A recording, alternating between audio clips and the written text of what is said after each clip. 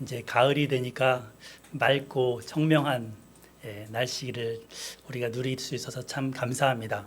예, 오는 가운데도 좋았죠. 날씨가.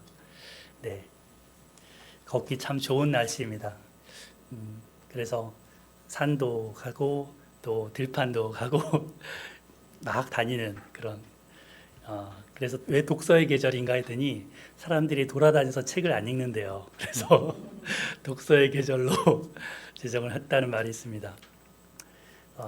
우리가 걸어 다니는데 오늘 제목이 걸어 다니는 성전으로 살아가기라는 제목입니다. 한번 제목 같이 읽어볼까요? 시작. 걸어 다니는 성전으로 살아가기. 아멘. 우리는 걸어 다니는, 움직이는 교회 공동체입니다. 오늘 제목이 걸어 다니는 성전으로 살아가기. 이렇게. 근데 성전이 걸어 다닌다? 어떤 의미일까요? 함께 살펴보겠습니다. 지난주는 누가복음을 했고 그 전주에 이제 솔로몬이 성전을 건축하는 두 기둥이라는 제목으로 말씀 나눴습니다. 야긴과 보아스를 그 기둥들을 세웠죠. 신앙 고백과 같다고 했습니다. 우리도 지혜라는 기둥과 하나님께 좋은 것을 드리는 헌신의 두 기둥을 세우자고 말씀을 나눴습니다.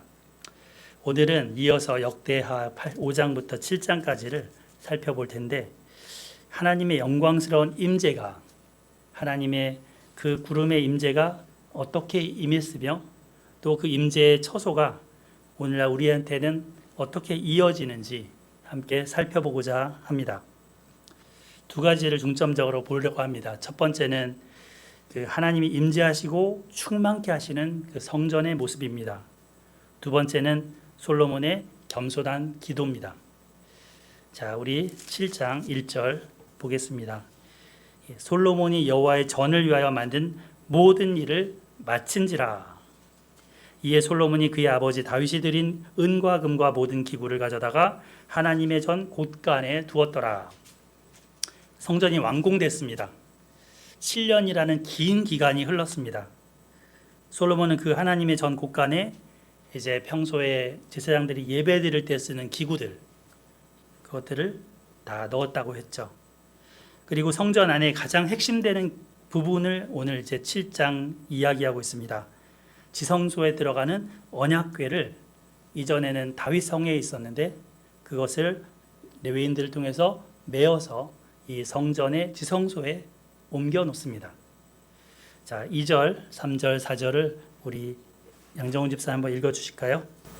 이에 솔로몬이 여호와의 언약궤를 다윗성 곧 예굽 시온에서부터 매어 올리고자 하여 이스라엘 장로들과 모든 지파의 모퉁어리 곧 이스라엘 자손의 족장들을 다 예루살렘으로 소집하니 일곱째 달 절기에 이스라엘 모든 사람이 다 언약궤에 모이고 이스라엘 장로들이 이르되 이 사람들이 그를 믿는다. 네, 여기 일곱째 달이니까 7월 달. 우리로 치면 아마 이 시기쯤 될 겁니다. 약간 9월.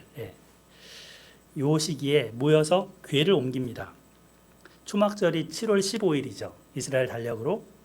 그 절기가 가까울 때입니다. 우리 7장 8절로 한번 넘어가 보겠습니다. 7장 8절에 보시면 거기에 솔로몬이 7일 동안 절기를 지켰다라는 말이 나옵니다. 그죠?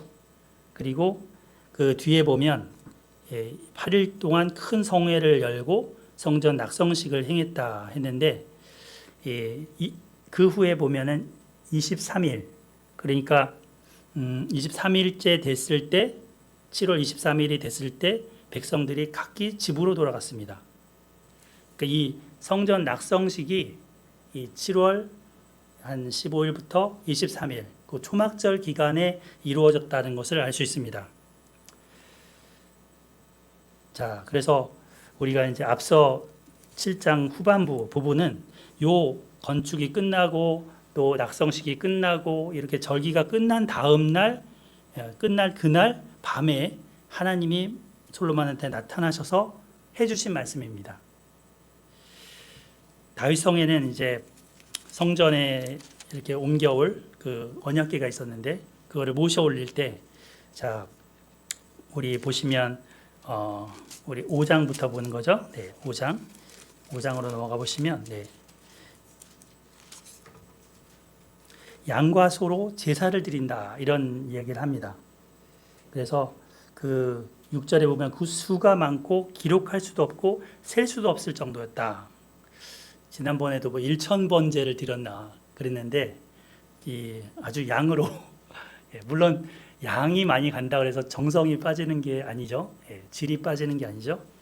그 온 힘을 다해서 하나님께 드리면서 언약궤를 모셔옵니다.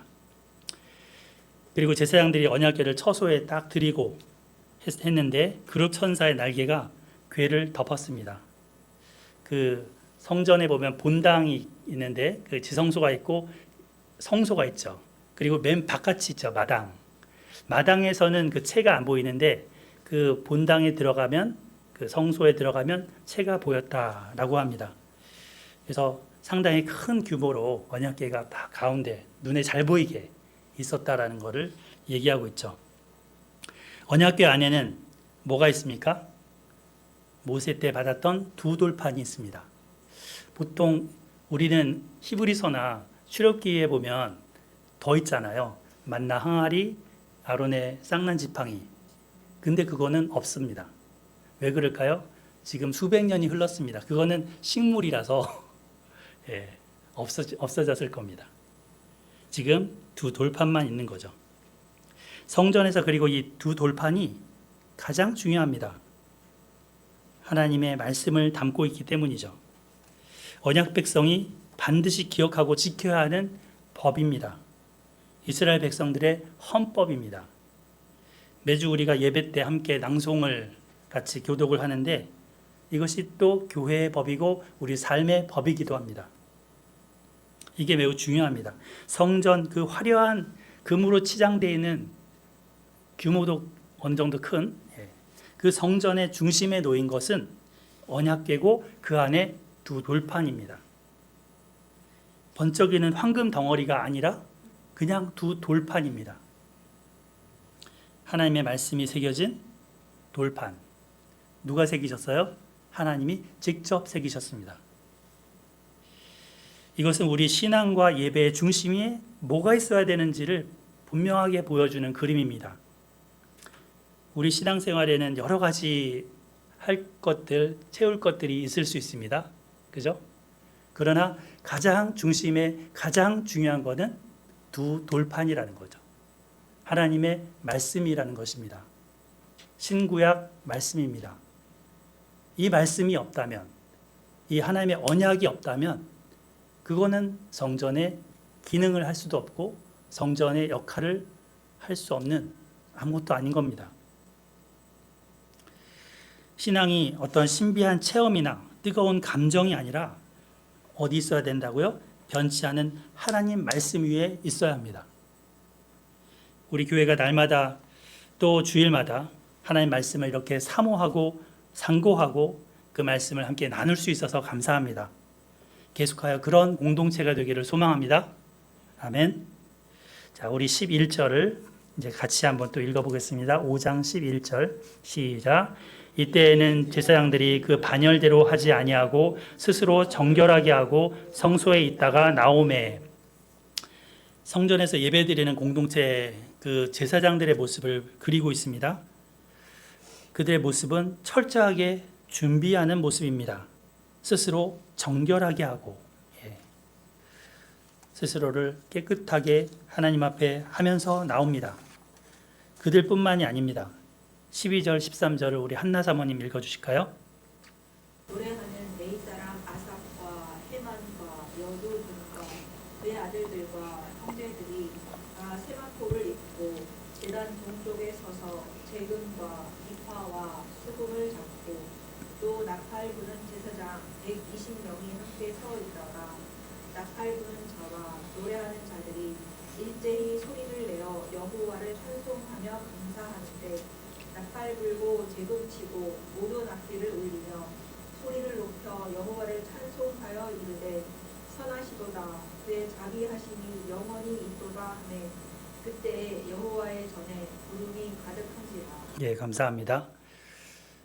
우리 역대상에서 다윗이 조직했던 그 지휘자들과 성가대들 기억나시죠? 예, 그 아들들 그들이 다윗 때 준비되었다가 이제 7년 후 이 성전 낙성식에 제 역할을 합니다. 찬송가를 부르면서 악기를 연주하면서 하나님을 높입니다. 120명의 성가대가 한 목소리로 일제히 하나님을 찬양하고 감사합니다. 얼마나 웅장했을까요? 상상해 보세요. 예. 그리고 막 우리 바울 목사님이 예배 끝나고 나팔 부시는데 이 여러 사람이 나팔을 빠바방 불고 재금 광 치면서 연주를 하는 거예요.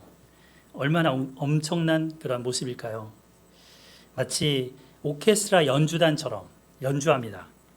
목소리를 높이면서 여호와 하나님을 찬양합니다. 선하시도다 그의 자비하심이 영원히 있도다. 7년 넘는 기간 동안 온 마음을 쏟아부어서 완공한 이 성전에서 이제 언약궤도 안치하고 여호와 하나님을 찬양하고 감사하는 모습, 그것을 그리고 있습니다. 근데 이때 어떤 일이 일어났다고요? 우리 한나 사모님 읽었던 맨 마지막 절 13절 뒷부분에 그때 여호와의 전에 구름이 가득한지라. 하나님의 임재로 성전이 가득해졌습니다. 14절도 그렇게 나오죠. 제사장들이 그 구름으로 말미암아 능히 서서 섬기지 못하였으니 이는 여호와의 영광이 하나님의 전에 가득함이었더라. 그 안개 낀 아침 강변길 걸어보신 적 있으신가요? 약간 자욱할 때 잘 걷기 힘들죠. 앞을 그 정도였나 봅니다. 근데 하나님의 영광에 또 압도돼서 더 이상 그들이 서 있지 못할 정도의 그런 하나님의 임재가 있었습니다. 얼마나 컸는가를 보여줍니다. 이러한 일은 앞서 언약궤를 딱 들여놨을 때 일어난 일이 아닙니다. 나팔 부는 자와 찬양대가 일제히 소리내서 찬양할 때, 감사할 때 일어났습니다. 일제히 소리를 내어 소리를 높여 하나님을 찬양하고 감사드렸다. 그때에 이렇게 나오죠. 그들이 했던 이 찬양과 감사의 목소리는 그냥 시장 바닥처럼 중구난방, 저기 식당 갔을 때 사람들 막 이리저리 떠드는 그런 소리 같이 한 게 아니고 잘 정돈된 아름다운 하모니로 마음과 뜻과 목소리로 하나로 모아서 찬양을 드린 것입니다. 그들이 하나님의 선하심과 한결같은 그 인자하심을 선포했을 때 여호와의 영광이 하나님의 전에 가득 임한 거죠. 이것이 바로 준비된 예배에 하나님께서 임하시는 모습입니다. 이 장면은 마치 무엇을 연상시킵니까? 출애굽기 맨 마지막 장, 맨 마지막 부분에 이 모습이 나오죠.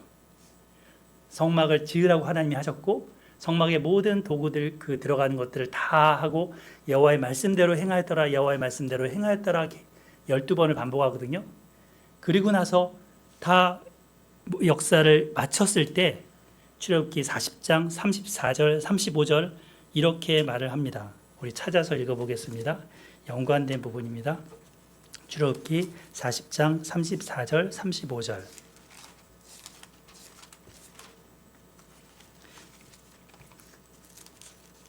구약성경 146쪽입니다.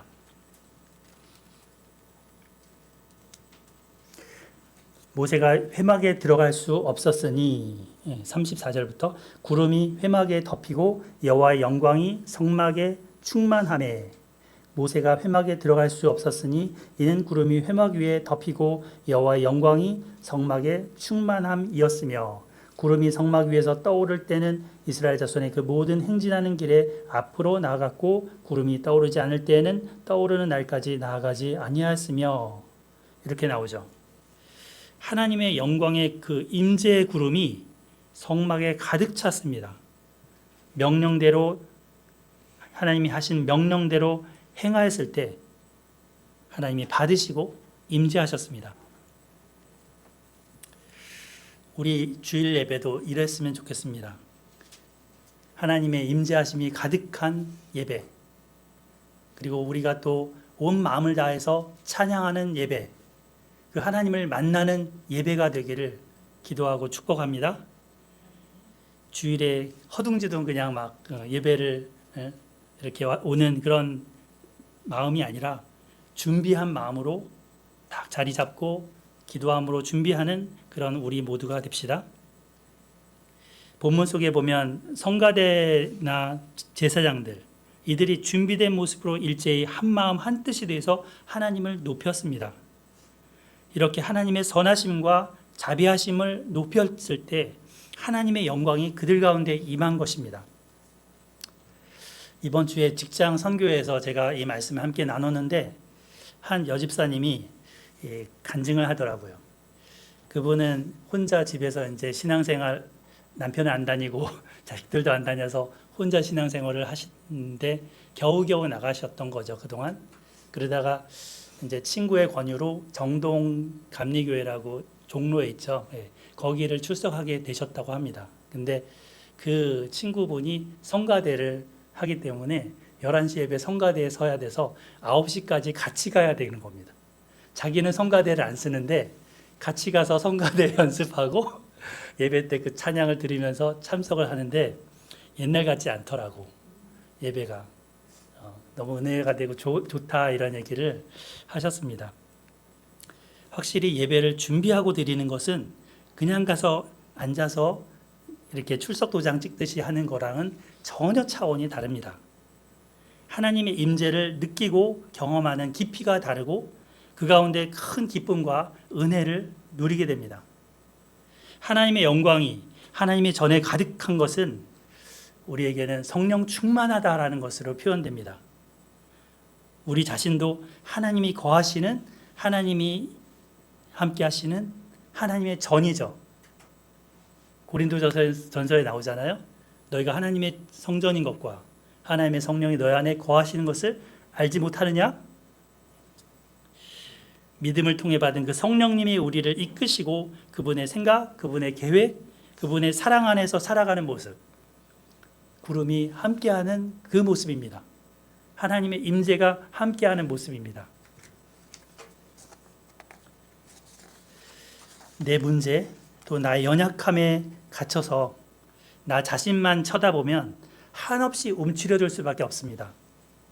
하지만 찬양대가 높였던 그 하나님의 선하심, 하나님의 자비하심, 그거를 바라보면서 하나님을 높이면 하나님의 임재를 경험하게 됩니다. 자기 문제에서 이렇게 벗어날 수 있는 거죠. 성령 충만함이 함께하게 됩니다. 그래서 우리가 여기 보면은 찬양하고 감사하는 마음, 찬송가를 그렇게 부르는 마음, 그것으로 우리가 살아가면 좋겠다 싶습니다. 걸어다니는 성전으로서 우리가 하나님의 거하시는 이 전이 찬양과 감사로 하나님을 높일 때 우리의 심령은 성령 충만함이 되고 하늘을 향하게 됩니다. 모세 때 성막이 완공된 다음에 구름이 임재하셨던 것처럼 이 솔로몬 때 성전이 완공된 다음에 구름이 임재하셨던 것처럼 우리 에스라 소망교회 성도님들, 여러분들의 삶 속에 또 우리 교회 예배 속에 하나님의 임재의 구름과 성령 충만함이 함께하기를 축원하고 기도합니다. 아멘. 축복합니다. 자, 이 경험을 한 솔로몬은 이렇게 고백합니다. 우리 이은영 권사님 6장 1, 2절 한번 읽어주실까요? 그때 솔로몬이 이르되 여호와께서 캄캄한 데 계시겠다 말씀하셨사오나 내가 주를 위하여 거하실 성전을 건축하였사오니 주께서 영원히 계실 처소로소이다 하고. 네, 감사합니다. 하나님을 솔로몬도 높이는 거죠. 그죠? 그리고 그 하나님이 이 거하시기를, 이 처소에 거하시기를 그렇게 고백합니다. 이번에는 이제 얼굴을 돌려서 서 있는 백성들을 향해서 그들을 축복하며 말합니다. 왕이 이르되 4절 왕이 이르되 이스라엘 하나님 여호와를 송축할지로다. 이게 송축할지로다, 이게 우리 하나님이 우리한테는 축복한다라는 말, 복을 준다라는 말이에요. 바라크. 하나님께 향할 때는 하나님을 이렇게 축복한다 막 이렇게 하기 힘들잖아요. 그죠? 송축한다 이렇게 표현한 겁니다. 하나님을 송축할지라. 앞서 찬양대가 여호와 하나님을 높였듯이 이 백성들도 하나님을 송축하라. 그분에게 복을 돌려라. 이렇게 권면합니다. 그러면서 이렇게 송축할 이유가 뭔지를 뒤에 열거합니다. 그동안 7년간 이렇게 진행됐던 이 국가적인 사업을 마무리했을 때 그는 사실은 뿌듯하고 좀 자랑스럽고 어깨도 약간 으쓱해지고 백성들한테 자기를 과시하고 싶은 마음도 충분히 들 법도 합니다. 그렇지만 그는 그렇게 하지 않습니다. 그는 하나님께서 이 아버지 다윗에게 약속하셨던 그 약속을 이제 어떻게 이루셨는지, 자기를 통해서 그 사명을 어떻게 완성하셨는지 설명해 줍니다. 그리고 이 모든 것은 자기가 한 일이 아니라 하나님이 하신 일이라 고백합니다. 자기 자랑이 아니라 하나님이 이루신 일을, 하나님의 약속을 근거해서 이야기합니다. 그래서 이렇게 얘기하죠. 여호와께서 그의 입으로 내 아버지 다윗에게 말씀하신 것을 이제 그의 손으로 이루셨도다. 여호와께서 이루셨도다. 하나님은 두 가지를 택하셨는데 하나는 예루살렘이고 하나는 다윗이라는 거예요. 그래서 다윗 때 이 예루살렘을 여부스 족속에게서 빼앗게 도우셨죠. 그리고 이곳에서 이제 하나님의 백성을 그 다윗과 솔로몬이 다스리게 하신 것이죠. 다윗 당시에는 솔로몬 이전에는 그 다윗 때는 성전 건축을 허락지 않고 이제 그 아들을 통해서 여호와 하나님의 이름을 위한 건축을 하도록 그렇게 말씀하셨는데 이제 그게 현실화됐다라고 간증합니다. 이게 이제 솔로몬이 하는 6장 초반부의 이야기들입니다. 백성들이 눈으로 보고 있는 것은 하나님이 말씀하신 대로 된 겁니다. 솔로몬이 일어나서 왕이 앉아갖고는 성전을 건축하고 이제 언약궤가 그곳에 있는 것을 보면서 이렇게 말을 하고 있는데 백성들은 이제 뭐를 해야 된다고요? 이걸 보았고 이것을 경험한 백성들은 뭐를 해야 된다고요? 4절에 얘기하잖아요. 여호와를 송축할지어다. 하나님을 찬양해야 됩니다. 하나님께 감사를 돌려야 되겠죠. 우리한테는 어떨까요? 하나님 아버지를 찬양할 충분한 이유가 차고도 넘칩니다. 최근에 그 찬송가는 아니고 CCM 곡 중에 한 곡 제목을 봤더니 10,000가지 이유라는 제목이 있더라고요. 그러니까 10,000가지 이유가 넘는다는 거예요. 하나님을 찬양할 10,000가지 이유가 넘는다. 10,000가지 이유가 넘는다. 그래서 하나님이 우리에게도 복음의 말씀을 주셨죠. 예수 그리스도를 통해서 교회를 세우셨고 또 예수님을 통해서 죄인 되어 죽었던 우리를 살리셨습니다. 우리를 하늘에 앉히시고 자기 자녀의 신분을 주셨습니다. 성령을 보내주셨습니다. 사도와 선지자들의 터 위에 이 교회를 세우시고 성전 우리를 삼으셨습니다. 이것이 우리가 하나님을 송축할 10,000가지 이유 중에 몇 가지인 거죠. 또 에스라 소망교회를 택하시고 그동안도 신실하게 인도해 오셨습니다. 여러 굴곡들이 있지만 그 가운데 하나님께서 연단해 오셨고 배우게 하시고 깨닫게 해 오셨습니다. 무엇보다 말씀 전파의 사명을 우리 교회에 주셨습니다. 하나님의 이 부르심과 택하심, 하나님이 이루신 일들을 하나하나 생각해 보면 좋겠습니다. 그리고 그분을 송축하는 우리의 마음이 우리 입술이 되기를 바랍니다. 성도 여러분, 여호와를 송축할지로다. 아멘. 옆 사람과 한번 얘기해 볼까요? 옆 분한테 여호와를 송축하십시오. 이효승 수사님, 여호와를 송축하십시오. 아멘. 네, 감사합니다. 자, 이어서 솔로몬은 백성들을 대표해서 하나님께 기도합니다. 14절부터 6장 14절부터 이제 무려 42절까지 긴 기도를 합니다. 우리는 솔로몬을 보통 지혜의 사람으로 기억하거나 또는 처음에는 좋았는데 나중에는 타락해서 안 좋아진 사람, 이 한 두 가지 정도로 생각합니다. 하지만 제가 오늘 본문을 보면서 이분이 기도의 사람이었네. 기도의 사람이라는 것을 보게 됐습니다. 그의 기도는 언약, 곧 하나님께서 모세를 통해 주신 그 언약을 근거로 해서 기도합니다. 그는 성전에 와서 기도하는 여러 유형의 사람들을 케이스를 하나하나 열거하면서 그들의 기도에 하나님이 응답해 달라고 간구합니다. 약 7가지 유형이 나옵니다. 자, 그리고 기도하기 전에 그는 어떤 자세로 기도하는지 우리 12절에 보겠습니다. 우리 변은미 권사님 한번 읽어주실까요? 12절.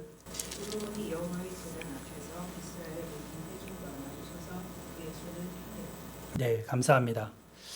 제단이 있고 그 앞에 뭔가 이런 올라갈 수 있는 단상 같은 게 있었다고 합니다. 높이가 요 정도 되는 것 같아요. 1.5m. 네. 1.5m 정도의 높이가 되는 단상 위에 올라가서 그가 이제 두 손을 백성들을 향해서 펴니다. 이렇게.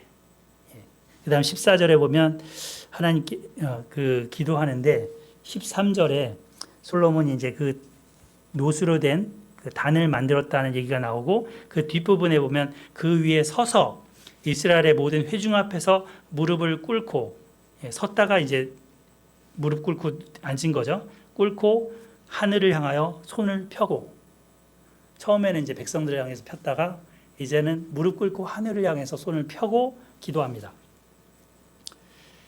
그는 겸손하게 무릎 꿇고 왕이지만 하나님 앞에 기도합니다. 이르되 이스라엘 하나님 여호와여 천지에 주와 같은 신이 없나이다.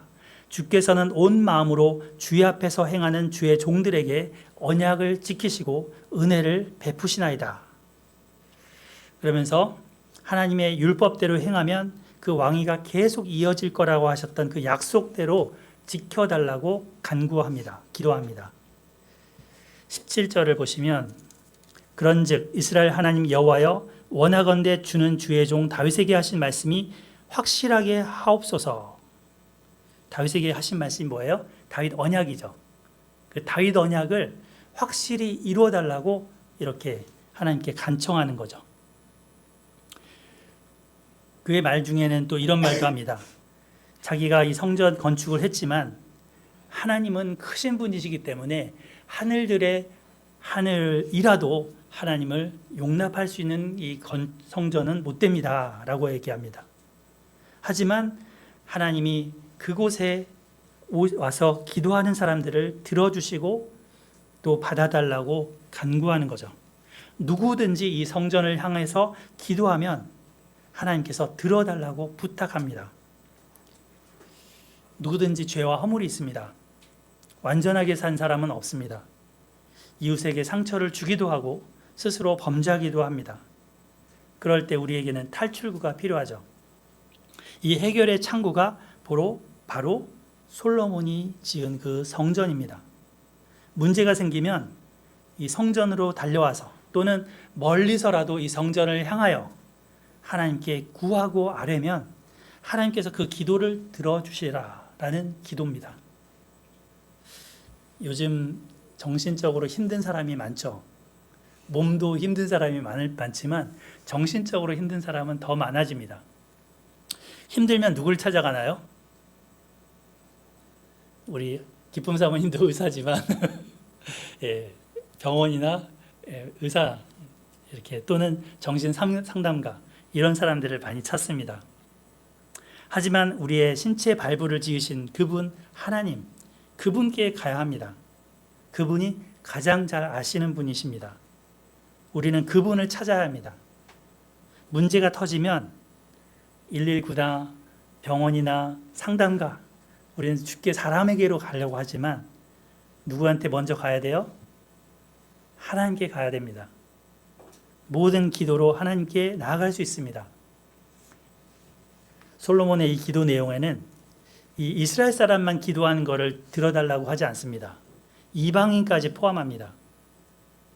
그래서 유일하신 하나님께 누구든지 와서 기도하면 받아달라 간구하는 거죠. 6장 19절을 같이 한번 큰 소리로 읽어볼까요? 6장 19절 시작. 그러나 나의 하나님 여호와여 주의 종의 기도와 간구를 들어보시며 주의 종이 주의 앞에서 부르짖는 것과 비는 기도를 들으시옵소서. 이렇게 무릎 꿇고 간절히 기도하고 있습니다. 솔로몬의 기도는 자기에 대한 기도뿐만 아니라 백성들의 탄원을 들어달라는 목자의 마음으로 드리는 기도입니다. 22절부터 이제 보면 한 두세 절씩 끊어서 여러 유형들이 나옵니다. 그죠?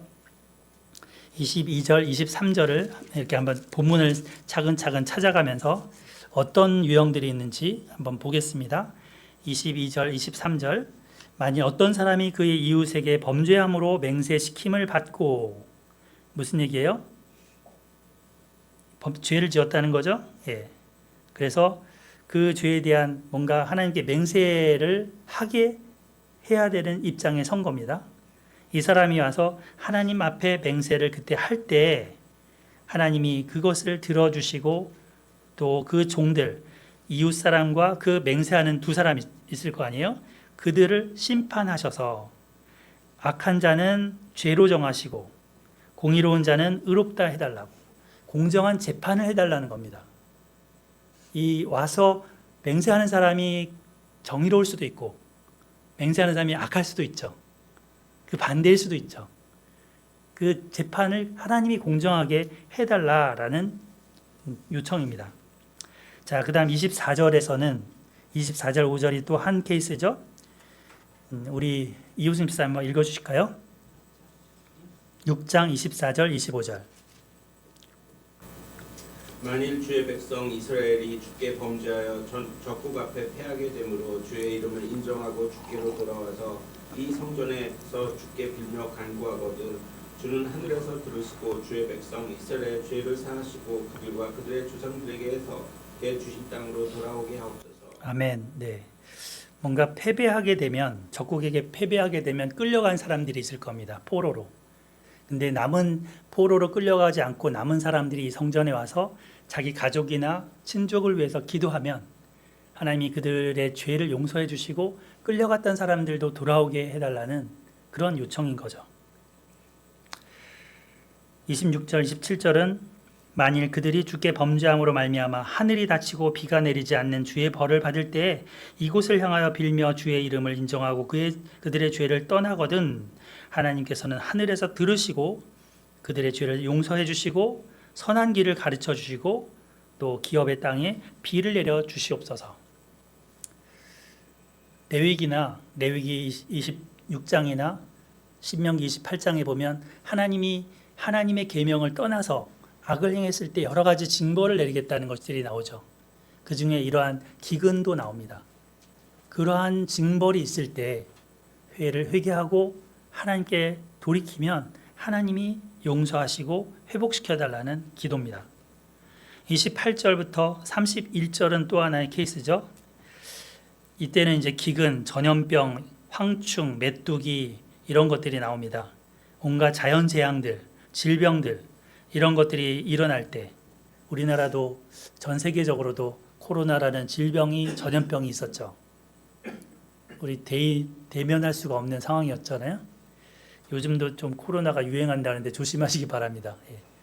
하여튼 이런 질병이 있을 때 누구든지 하나님께 그 고통을 깨닫고 손을 펴고 간구하면 하나님이 들어주시고 사유라 하시되 그랬는데 사유라는 말은 용서해 주시되 이런 말이에요. 용서해 주시되 각 사람 마음 아시니 그 행위대로 갚으시고 하나님이 이제 경외하는 길을 걷게 도와주세요 이렇게 얘기하고 있습니다. 32절부터 또 33절도 하나의 케이스입니다. 여기에서는 이방인들에 대해서도 얘기를 하고 있습니다. 모든 이방인이 주께 부르짖을 때 만민이 주의 이름을 알도록 하나님을 경외하게 하시고 또 이렇게 하면서 이방인까지.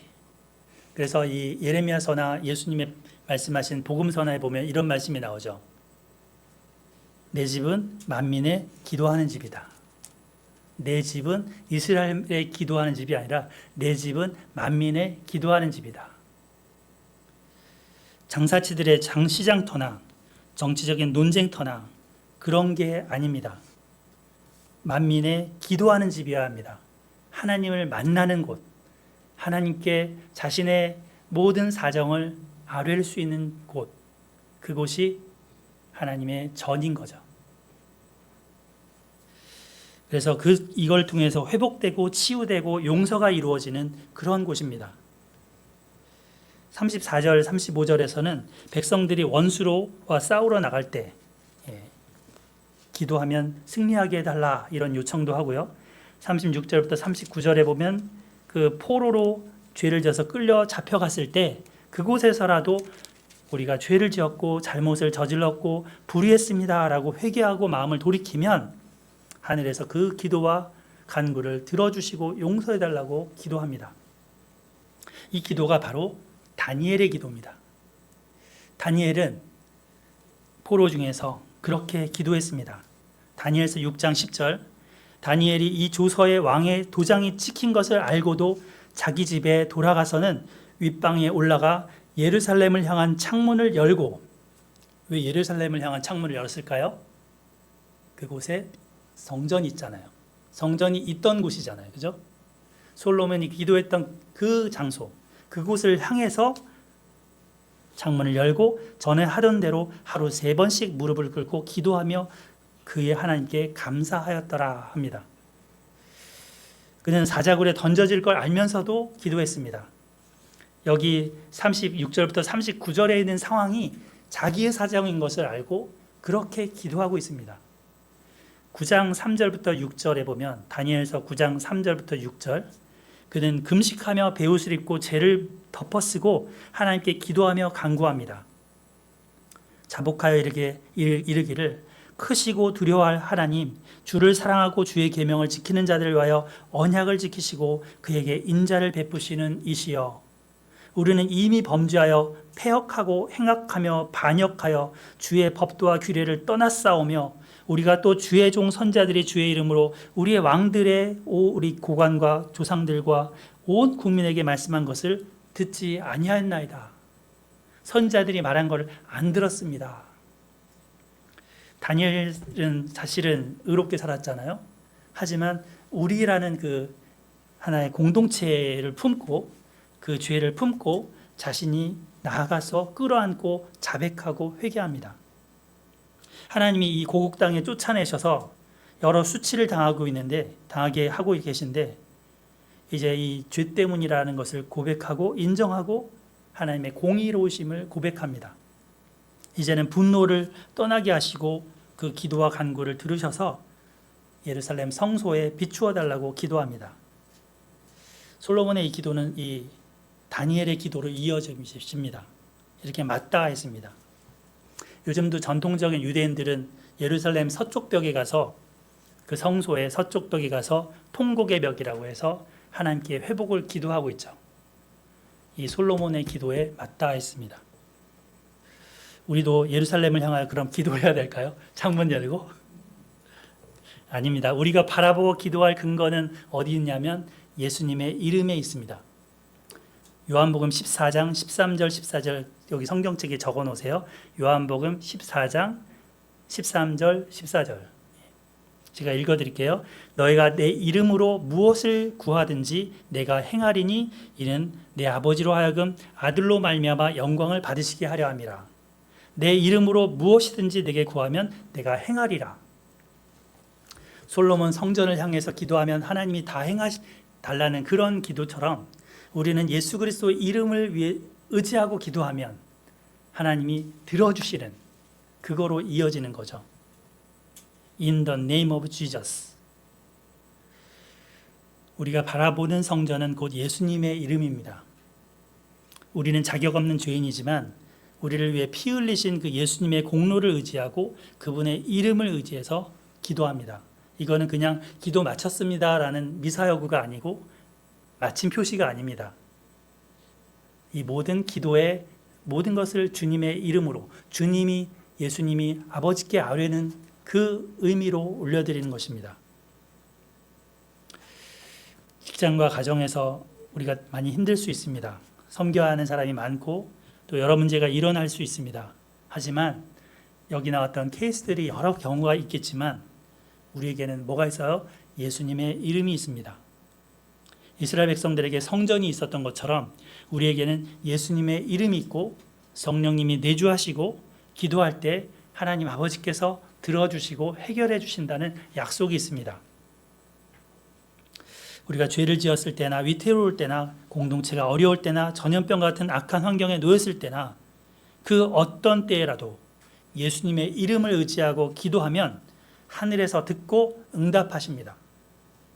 이 성전, 예수님의 이름을 가진 성전, 걸어다니는 성전 아니겠습니까? 공원을 산책하면서도 기도할 수 있고 집에서 설거지하면서도 기도할 수 있고 집 방 안에서 연구하면서도 기도할 수 있습니다. 학교 다니면서도 기도할 수 있습니다. 예수님의 이름으로. 그래서 이렇게 했더니 기도를 했더니 하나님이 불로 응답하셨습니다. 7장 1절에 하나님의 영광이 성전에 가득했고 그 기도를 받으셨습니다. 백성들의 입에서는 하나님께 경배하고 감사하는 고백이 터져 나옵니다. 그분은 선하시도다.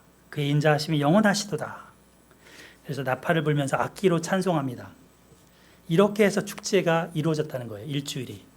큰 기쁨이 있었고 이후에 북적였던 그 예루살렘이 이제 사람들이 다 빠져나가고 난 다음에 이제 솔로몬이 잠들러 궁중에 가서 잠이 들었는데 하나님이 그 밤에 나타나셨죠. 12절부터 14절까지 같이 읽어보겠습니다. 시작. 밤에 여호와께서 솔로몬에게 나타나사 그에게 이르시되 내가 이미 네게 기도를 듣고 이곳을 택하여 네게 제사하는 성전을 삼았으니 혹 내가 하늘을 닫고 비를 내리지 아니하거나 혹 메뚜기들이 토산을 먹게 하거나 혹 전염병이 내 백성 가운데 유행할 때 내 이름으로 일컫는 내 백성이 그들의 악한 길에서 떠나 스스로 낮추고 기도하여 내 얼굴을 찾으면 내가 하늘에서 듣고 그들의 죄를 사하고 그들의 땅을 고칠지라. 아멘. 역대하 7장 14절에 별표 10개 해놓으세요. 역대기의 가장 중요한 구절이라면 이 구절을 들을 수 있습니다. 역대기 전체의 가장 중요한 구절 중에 하나입니다.